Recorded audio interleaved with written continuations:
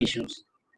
When we look at the beauty of the sculpture, how can we forget the artist behind the same? In our case, there are plenty of them. First, I'd like to thank Artika, Aprajita, Archana, Pranav, and Ria, the mere advisory buddies who helped us with a lot with the outreach and decisions we took. Next, DigitalOcean, the second largest cloud hosting company in the world. We are indeed honored to have them as one of our prime sponsors. Our journey right from the start was phenomenal, and we are grateful for you delegates who have been a major supporting factor for us right from the start.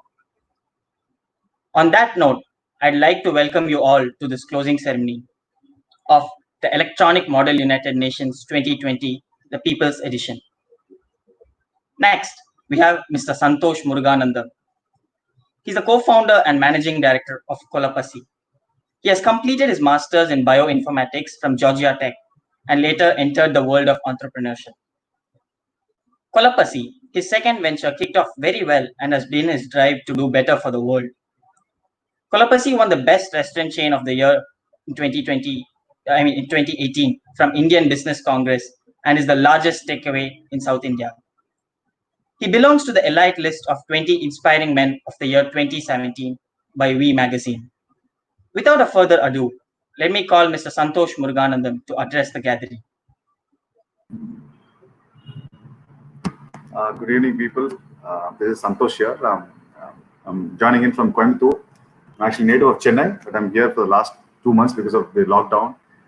We were opening our outlets here, and then the lockdown started, and I've been enjoying here for the last 2 months. So I'm really, really glad to come on live to talk to young students, and I have a very close relationship with a lot of students because I've been a speaker for the last 2 years, and 90% of my speaking assignments have been in colleges or in schools. So I clearly understand the student mentality, how you guys think and or whatnot. So I have a lot of good friends, a lot of followers in my Instagram page. Almost 90% of my Instagram followers are all students.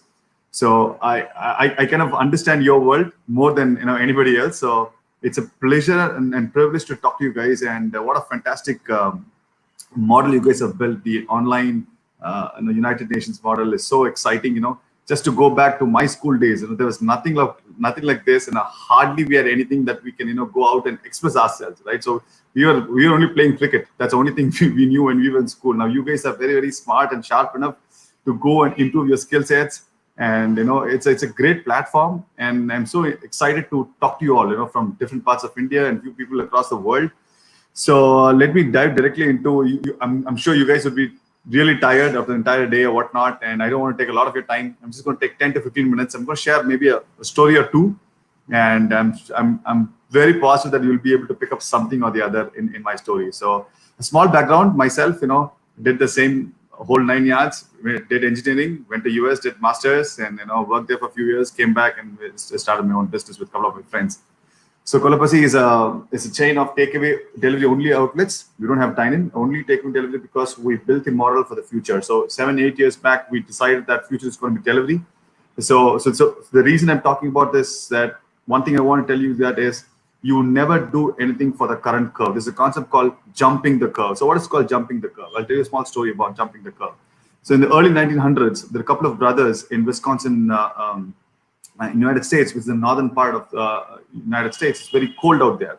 So what these brothers used to do, they used to go and during the winter, the lakes used to freeze there. So these guys, both the brothers, they used to go there and they cut ice blocks and they used to sell ice blocks. So they were so good at it, they made a lot of money. But the only problem what they did was they were only focused on the only metric is that how much ice can I cut an hour? They were too focused on that. And what happened a few years later? They missed out the next curve. So what is the next curve? Is ice factories, because you can only cut ice during the winter. During the summers, the lakes will defreeze. I mean, it'll warm up, so you will not be able to cut ice. So those guys were only focusing on how much ice can I cut per hour, how much ice can I cut per hour, and they forgot what would be the next curve. So when the ice factories came in, these guys went out of business. The same problem with ice factories. Ice factories were so hell-bent on looking at how much water can I freeze per hour. So their only metric was how can I improve my efficiency, how can I increase my production. But they again failed to see what was the next curve, right? The next curve was what, nothing but a personal refrigerator, right? You can go into your house, you can put in some water and get ice cubes out of it. So you don't really need a ice factory. So the point I'm trying to say is, right, everybody is so focused on that curve, but they forgot to think what is going to be the next curve. For example, Indian Express or Hindu should have started their news channel 20 years back, right? They should have, like, Hindu, like they've been a 100-year-old company. They should have started the news channel at least 25 years back, but they failed to do that because they were so focused on that curve.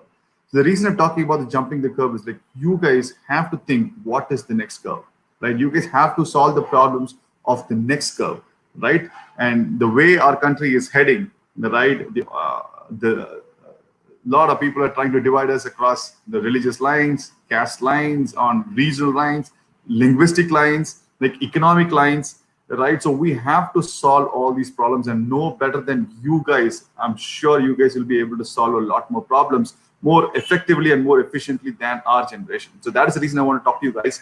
So the first story I want to talk about is about this story called, "Don't Be a Vulture." I'm sure you'll be able to see the background right now. If you guys, you can just put up the picture on the screen. So this is a picture of this is a award-winning picture, Pulitzer Prize award-winning picture taken by an artist, a photographer called Kevin Carter.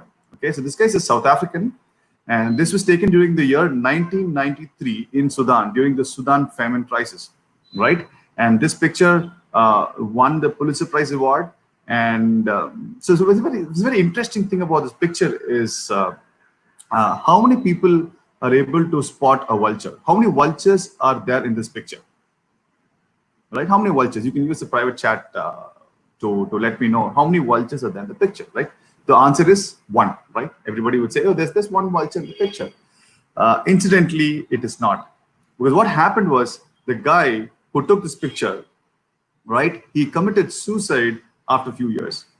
The reason behind that is he took this picture. He was late for his flight. So after taking the picture, he rushed off. He took his flight, and he went. And this picture got Pulitzer Prize award. And after a couple of years, I think so, one of the guys actually asked this photographer, "Mr. Kevin, do you know how many vultures are there in the picture?" He said, "One." He said, "No, there are two vultures in the picture." Like how one of the vulture is waiting for the kid, for the baby to die, right? The other vulture is you who's taking the photograph, right? It was actually told that within half a kilometer there was a feeding center of the United Nations right there, right? And if this photographer had thought about that and he would have taken the baby to the closest feeding center, which is only half a kilometer away, right? That kid would have been alive today. So when this guy confronted the photographer, Kevin Carter, and asked and talked about this part, like, asked this what is this captivating question, that how many vultures are in the picture, it hit him so hard that he couldn't come to terms with himself, and he committed suicide, right? So I recently came across this picture, I think 2 weeks back, exactly 2 weeks back. And one of my friends shared this entire story about Kevin Carter in Facebook. And what I did, being the entrepreneur, I shared that post to my followers or to my friends in Facebook, saying that let's not be a vulture, right? So this is story one. And last Sunday, I think last Sunday or the Sunday before that. So I'm in Coimbatore, and since it's a new market, so I go and deliver. So I myself go and deliver food because I want to understand the customer mentality. I want to talk to them. Like, I want to build a rapport. So I want to build a foundation in Coimbatore. So this before last Sunday, I think 2 Sundays back, or maybe last Sunday, I just forgot. Okay, 2 Sundays back. So from 11 o'clock, I've been delivering around 5-6 deliveries, and then I go to my last delivery is around 20 kilometers. So I go one way 20 kilometers. While coming back, right, there's a 50-year-old guy, like around mid 40, mid 50 year. He hitchhikes me. He asked me for a lift. So and I stopped my bike. I took him. I get him on board, and I come to Coimbatore. On the way, when I'm on the way to Coimbatore, right? I start talking to this gentleman, and then I figure out that this man has been walking from Chennai to Coimbatore, right? And he's got lift, for a few kilometers. The locals there would drop him 10 kilometers, 20 kilometers, like that. So this guy's been walking from Chennai to Coimbatore on foot, right? And he's been for the last 3 days he's been walking, taking a lift, walking. And so when I was about to drop him, ask him, where do you want to go? He said, I want to go to Pollachi. Like Pollachi is like 60 kilometers from Coimbatore. And I know there are no buses flying. So I'm asking, how are you going to go? He said, like, I don't know. Like, I have no idea how to go. So then I gave him 200 rupees. I said, like, you figure out a way to go. And right about that junction where you have to take a left. So I dropped him off and I told him, no, this is how you have to go. I took my phone, I put a Google map on it and said, you have to take this left, go there, 6 kilometers you have to walk, then you take a right, and then you get a junction, you take a left, you go to Pollachi. Right? And the same day, at 5 o'clock, this is like 3:15. At 5 o'clock, I have a speaking engagement like this. I'm talking to a college, right? And this is like 3:15, and like 5:15, I have a speaking engagement. So I actually dropped him off. I said, like, you have to take a left. I already took him 20 kilometers, right? And at that point of time, I had like two options. Like, I was about to leave, and then this post came into the picture. Like, this entire post, like, don't be a vulture. So now I have two options right now. Now I'm talking, my Santosh, you had all the audacity in the world to go and tell the world that you don't be a vulture. And now what are you doing? You're doing the same thing, right? So then I had to, wait for a couple of 10, 15 seconds. I had to gather myself and say, okay, I have 2 hours. I have 1 hour to go to Pollachi, and I can come back another 1 hour. I think I will be able to make it back by 5:15. So what I do, I take my bike left. I take the left. I pick him up. So this guy is asking directions from a tea shop on how to go to Pollachi. I pick him up and I go there, 60 kilometers, drop him, and come back. And by the time I dropped him off, right, he got my number, and we actually said, Tambi, I don't know whether I'll be able to come to Chennai again or not. But if I'm coming to Chennai, it'll be only because I want to come and meet you, right? So the reason I'm sharing this story is that, right, I'm not trying to say that you have to do everything beyond your capacity, right? Everybody knows your own capacity. So at that point of time, that day, that Sunday, I had the capacity to go and drop him and come back, right? The only point is, am I using my capacity, right? I cannot, if you had told me he had to go to Kerala, I don't think I'll be able to go and drop to Kerala, but this was within my reach, so I did that. The whole point of the story is, you know your capacity, right? You don't have let others dictate your capacity. So if you know you can do something, you see if you can do that, because if not, it will haunt you. If I had not dropped this gentleman in Pollachi, right, every time I come through that signal, it would have haunted me, right? So that's a small story I want to share with you guys, that let's not be a vulture. Like, a lot of times we see a lot of things which we can actually go and make an impact. We can actually go and make a change. Like in Kolapasi, we hired transgenders because we knew we could make an impact. We knew we could, change their entire lifestyle, change their entire future. We can make an impact with them. So we started hiring them. So when you guys grow up, right, you will be able to make an impact in somebody else's life. If there's an opportunity, please go ahead and do that. So that's it. That's the only story I want to share. I don't want to take a lot of your time. Hope you guys had an awesome day today, and have fun, guys. And my Instagram handle is Santosh_Muruganandam. Feel free to follow me. And that's it. Back to you guys. That was really phenomenal, sir. It was so inspiring for us, the younger generation, to take your footsteps and not be a vulture. We are indeed very happy to have you with us here. Next, I'll call upon Mr. Ashish Bhaiya to charge the affairs of this conference to give his speech to the online gathering here.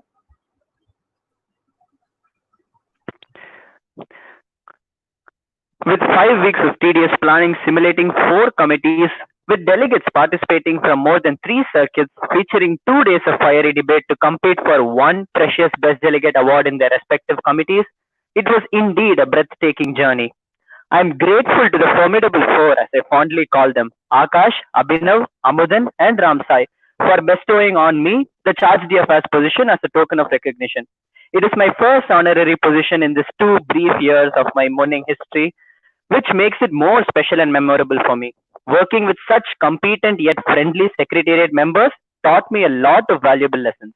My speech is not complete if I don't mention about my peers, the executive board members. With each one of them excelling in their respective fields, there hasn't been a single day without transfer of knowledge and experience. With Karthik KP and Anirudh TK as the executive board members of UNCTC, I can confidently say that the delegates would have enjoyed every minute of the conference and would have learned a lot from the way both of them guide the delegates. For sure, I know that the UNEP would have been as interesting and enthusiastic as their executive board members, Mohammad Azhar and Bharati Kolappan, who are one of the most specialized UNEP EB members I've ever seen. If I Google how to make EcoSoc fun and productive at the same time, I wouldn't be surprised if the solution is make Shahana and Harsh as the EB members. Need I say more about the committee or the EB members? Last but not the least, the High Commissioner for Refugees. Nandita was great. She was diplomatic. She was knowledgeable and informative, etc., etc. This would have been probably reverberating in the minds of all the delegates, I firmly believe. I hope the HCR delegates had a wonderful time delegating under Nandita.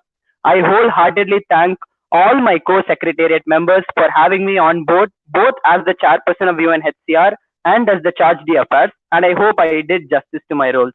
A huge thank you to all the delegates who made it to the conference and made the occasion a very successful one. Once again, I bid farewell by saying a huge thank you to all of you.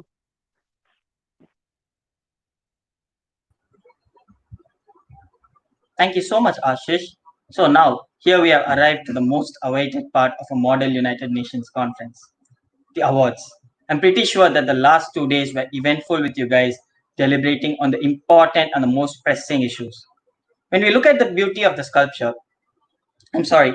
So now let me call upon the EB of UNCTC to announce the awards. Good evening, everyone, especially the delegates of UNCTC. My name is Anirudh, and it was a pleasure for me to chair this committee. Working under the UN Security Council, the UNCTC is a fairly specialized body, and considering not a lot of you had a lot of experience with military committees, it was quite interesting to see that you had adapted quite well to the role, and I'd like to really appreciate you for that.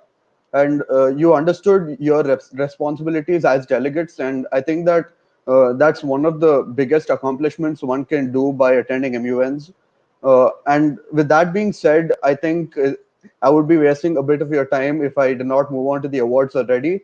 To quickly go over the award structure, the UNCTC will be having one Best Delegate Award, one High Commendation Award, two Special Mention Awards, and three verbal mention awards. So I'll be beginning with the verbal mentions first.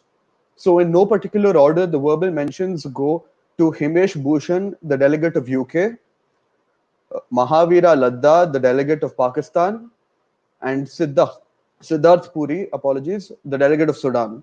These three delegates were quite good at multiple points on the committee when they had to contribute to GSS and moderated caucuses. However, I feel that in a few points of time, their performance slightly dipped by virtue of their chits, and I believe that a bit more well-rounded performance would have definitely warranted them a better award. That being said, I'll be moving on to the special mentions, of which there are two in a particular order this time. The special mention 2 goes to Ved Jain, the delegate of Russia. The delegate of Russia brought up several good points during his speeches, and was also quite the target of very many chits. And he was also quite well versed with how to respond to them, and fairly decent job with his foreign policy. However, I believe if he had apologies, if he had done a little more preparation in order to with respect to his foreign policy, and a bit more if he gave a bit more solution oriented speeches, he would have definitely gotten a higher award. With that being said, the special mention 1 goes to Abhivir Kishore, the delegate of Egypt. And the delegate of Egypt had a very consistent performance throughout committee, and I believe that he had made his performance quite prominent, especially in moderated caucuses. However, I believe if he had perhaps written a few more chits and focused on a bit more content with respect to his GSL speeches, and perhaps given a bit more emphasis to his stance in his GSLs, I think he would have gotten a better award than the special mention one, which is already respectable. Next, moving on to the High Commendation. The High Commendation and Best Delegate Award are quite narrow with respect to their differences, and it was quite difficult for my co-chair Karthik, who helped me decide the award. However, I think it was fairly right that Abhivir Kishore, Pradyot Shetty, the delegate of China, gets the High Commendation Award. That being said, the delegate of China was one of the more experienced delegates in committee, and he did a pretty good job with lobbying in order to get as many delegates as possible up to speed with respect to what was the progression of committee. But I believe he should have done a bit better job with respect to his foreign policy. I believe his points were pretty good, but then again, it was a very narrow margin by which he lost the Best Delegate Award. That being said, I'll be finally moving on to the coveted Best Delegate Award. And if it isn't clear already, the Best Delegate Award goes to Vani, the delegate of Chad. The delegate of Chad was very enthusiastic with respect to her performance and made sure that she gave speeches in almost every single opportunity that she managed to get recognized. And I noticed that she had also managed to send quite a few chits, which definitely did add to their tally. That being said, this committee was very satisfactory by my opinion, and I believe that all of the delegates that got awards definitely deserved the awards that they got, if not better. And it was only by virtue of the competition that they managed to lose out on better awards. That being said, if delegates there were quite a few delegates in committee that had not gotten awards, and this was again, as I said, solely due to competition. I think that very honestly, almost every single delegate had spoken in committee and provided good amount of content with respect to which debate could flow and the resolutions could be made. So that being said, I'll be signing off. I'm the chairperson of Anirudh. I'm the chairperson of the UNCTC. My name is Anirudh, and that's pretty much it from my end. Thank you, Anirudh. Next, the awards for United Nations Environmental Program will be presented. Thank you, Akash. So, apologies, delegates. Your chairpersons could not attend the live, closing ceremony because of prior commitments. However, they wanna tell you guys that you guys did very well in the committee, and as a committee, all of you guys contributed equally good, and it was a difficult time for them to come up with the awards. Without any further ado, I'll move on to the awards. The verbal mention winners for the UNEP are India and Iran, and delegate of Iran. So yeah, the special mention winner for the committee is the delegate of Russia.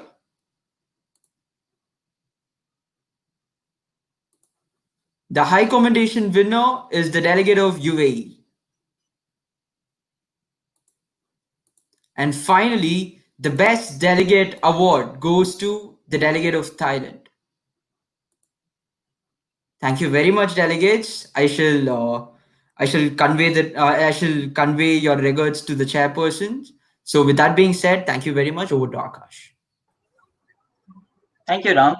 So next, I call upon the chairperson of ECOSOC to announce the awards. Thank you, Akash. So first off, before I announce any awards, I'd just like to say a huge thank you to everyone who participated and to all the delegates who are so enthusiastic. And a big, big thank you to the team that put together eMUN. I know there's a lot of you, and I know you worked really hard. I was skeptical at first at how MUN was something that I've always loved and how you could move that online, but I think you've done a great job of it. And you were so helpful in tackling any issues that we faced. So thank you so much for that. I won't take up too much of anyone's time. I will jump straight into the awards that Harsh and I have decided upon. So in no particular order, the verbal mentions go to the delegates of the United States of America, the delegate of Switzerland, the delegate of China, and the delegate of the Republic of Korea. So congratulations, delegates. The next one for special mentions, we have two special mentions in our committee. It was extremely close. In fact, I think all of the top awards were very close in committee, so we were very happy with the participation, and I think everyone spoke multiple times. So the special mentions in no particular order go to the representative of the WHO and the delegate of Russia. And the high commendation goes to this delegate. Again, as I said, it was an extremely close call between all of the top 4 delegates. This delegate, yes, Japan is the high commendation for our committee, and the most awaited Best Delegate Award goes to Australia. The delegate of Australia was consistent throughout and did a great job overall, so very happy with the performance. Thank you, everyone. Thank you for having us. Thank you, Shahana. Next, I would like to call upon Chairperson of UNHCR to announce the awards.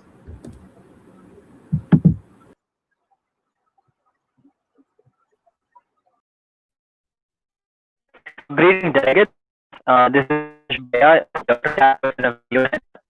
I pretty much told what I felt about this conference and about the organizers when I gave my other speech. So without any further ado, moving on to the awards. So we have 2 verbal mentions. In no particular order. The first verbal mention goes to the delegate of Russia. And the second verbal mention goes to the delegate of Ethiopia. Both the delegates deserve these verbal mentions. Of course, due to the virtue of competition, they were not able to get any higher award, but they seriously were really good. Without any further ado, now moving to the special mention. We have 3 special mentions in UNHCR without any particular order. So the first special mention goes to the delegate of Lebanon. The special verbal mention goes to the delegate of Turkey. And the third special mention goes to the delegate of Mexico. And now, delegates, coming to the top 2 awards of UNHCR, it was really a close call, and we had to take in all the parameters into consideration. And just by a very small margin, the best delegate and the high commendation awards are differing between 2 people. So the high commendation award for UNHCR goes to the delegate of Bangladesh. And the most awaited, most precious Best Delegate Award for this edition of eMUN's UNHCR goes to the delegate of People's Republic of China. Thank you so much, organizers, for having me on board. It was indeed a pleasure chairing UNHCR in this edition's eMUN. Thank you so much, Ashish. Next, I would like to call upon the Secretary General of Electronic Model United Nations 2020 People's Edition, Ramasai Gumadi, to give his final speech. Thank you, Akash. So I would not want to, keep you guys waiting. Thank you very much to all the online fraternity, participants who have volunteered to come and take a look at this opening ceremony.